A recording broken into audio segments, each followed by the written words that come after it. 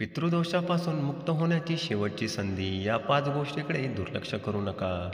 सध्या पितृपक्षाचा काळ सुरू आहे आणि याचा शेवटचा दिवस म्हणजे सर्वपित्री अमावस्या, जी 21 सप्टेंबर रोजी येते. धार्मिक मान्यतेनुसार सर्वपित्री अमावस्या ही पितृदोष आणि शापांपासून मुक्त होण्याची शेवटची संधी आहे.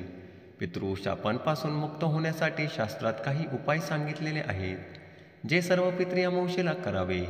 जर ते केले नाही तर पितर नाराज होण्याची शक्यता असते, ज्यामुळे पितृदोष लागू शकतो.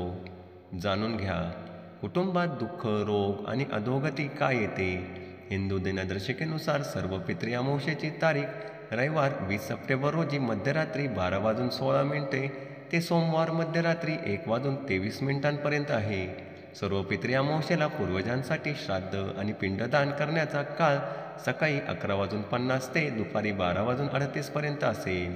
असे म्हटले जाते की सर्व पितरी अमावस्येला काही कामे दुर्लक्षित केल्याने किंवा करण्यात अयशस्वी झाल्याने पूर्वजांना राग येतो आणि ते त्यांच्या मुलांना शाप देण्याची शक्यता आहे, ज्यामुळे कुटुंबात दुःख, रोग आणि अधोगती येते. सर्व पितरी अमावस्येला 5 कामे न केल्याने पूर्वजांना राग येतो.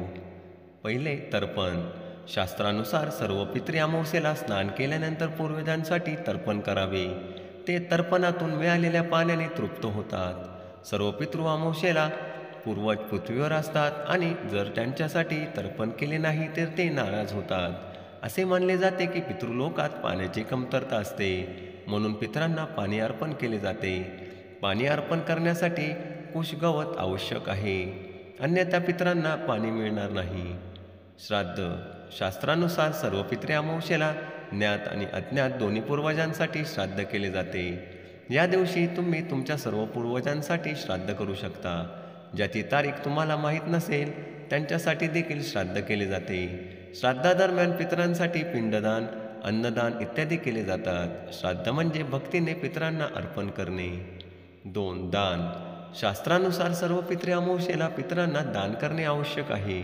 पितरांना प्रसन्न करण्यासाठी अन्न, पांढरे कपडे, पाणी इत्यादी दान करा. तुम्ही या वस्तू ब्राह्मण किंवा गरजू व्यक्तीला दान करू शकता. पंचबली कर्म.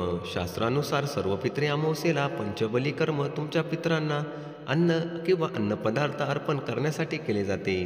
यामध्ये आपण सर्व पितरी अमावस्येला तयार केलेल्या सात्विक अन्नाचा काही भाग काढून गायी, कावळे, कुत्रे इत्यादींना अर्पण करतो. या दिवशी आपण गरिबांना अन्न देतो. धार्मिक श्रद्धेनुसार हे अन्न पूर्वजांपर्यंत पोहोचते आणि ते तृप्त होतात. दिवा. सर्व पितरी अमावस्येच्या संध्याकाळी पितृपक्ष संपतो आणि पूर्वज त्यांच्या निवासस्थानाकडे परतण्याचा प्रवास सुरू करतात. त्यांचा मार्ग अस्पष्ट होऊ नये म्हणून दिवा लावला जातो. घराबाहेर दक्षिणेकडे तोंड करून मोहरीच्या तेलाचा दिवा लावा. असे केल्याने पितर प्रसन्न होतात आणि आशीर्वाद मिळतात. धार्मिक मान्यतेनुसार सर्व पितरी अमावस्येला ही 5 कामे न करणाऱ्यांना त्यांचे पूर्वज रागावतात आणि शाप देतात. पितृदोषांपासून मुक्त होण्यासाठी सर्व पितृ अमावस्येला या गोष्टी करा.